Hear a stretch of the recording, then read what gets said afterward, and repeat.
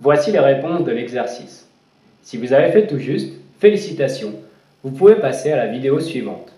Sinon, nous allons maintenant faire la correction détaillée de cet exercice, point par point.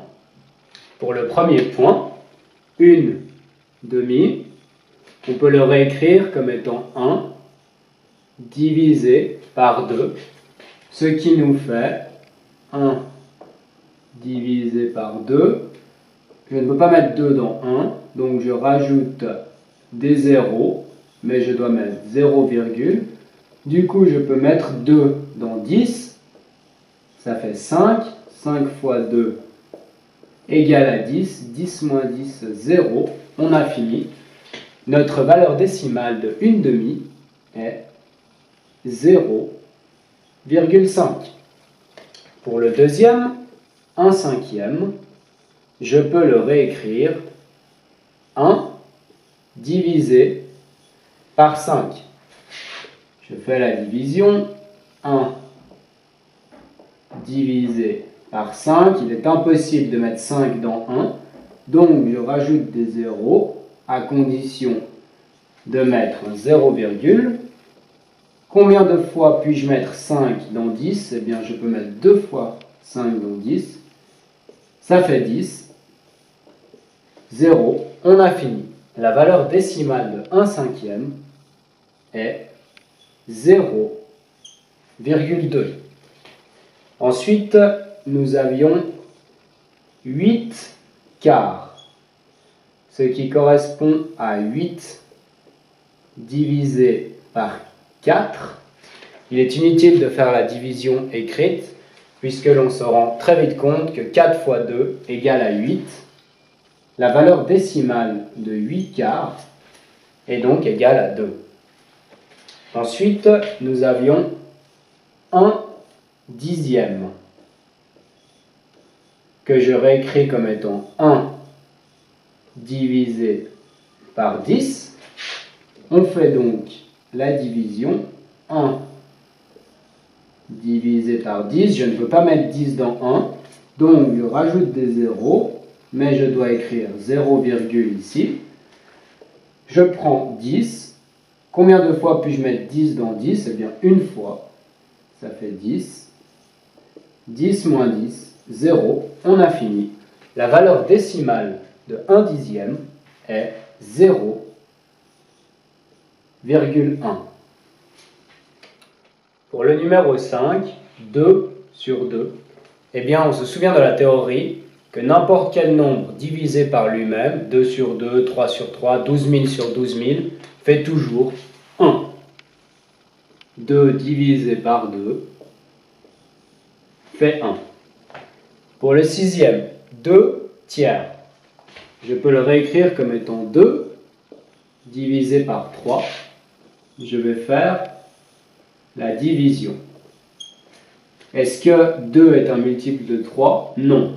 Je peux donc rajouter des zéros à condition d'écrire 0, Dans 20, combien de fois puis-je mettre 3? 3 fois 6 égale 18. 20 moins 18, il me reste 2. Je redescends à 0. Combien de fois puis-je mettre 3 dans 20? Eh bien, toujours 6 fois. 6 fois 3, 18. 20 moins 18, il me reste 2. Je pourrais redescendre encore à 0. Combien de fois puis-je mettre 3 dans 20? 6 fois. 3 fois 6, 18, etc. C'est périodique. La réponse est donc 0,6 périodique. Souvenez-vous que les tiers sont périodiques. 0,3 périodique ou 0,6 périodique. Pour le septième, 1 quart, je peux le réécrire comme étant 1 divisé par 4. Il ne nous reste plus qu'à faire la division.